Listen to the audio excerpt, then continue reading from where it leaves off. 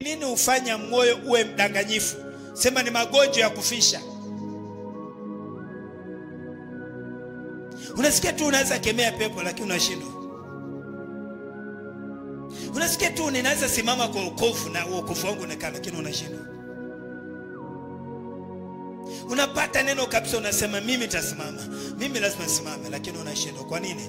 Maana moyo ukiwa na magonjwa unakufisha, nakwambia huwezi. Najua sasa tuko kwa wagonjwa. Najua moyo ndio unajua. Wewe hata mwili yako hujui. Unajikakamua hapa na nguvu zako lakini moyo nakwambia siwezi. Siwezi. Hata mwenyewe unajua huwezi. Ni nini kio kinaongea? Ile ugonjwa yuko ndani.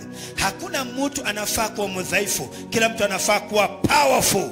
Unafaa kuwa na nguvu, unafaa kuwa na mamlaka. Haufai ufanye chochote ushindwe. Ndio maana Paulo anasema na yaweza mambo yote katika yeye anitiaye nguvu.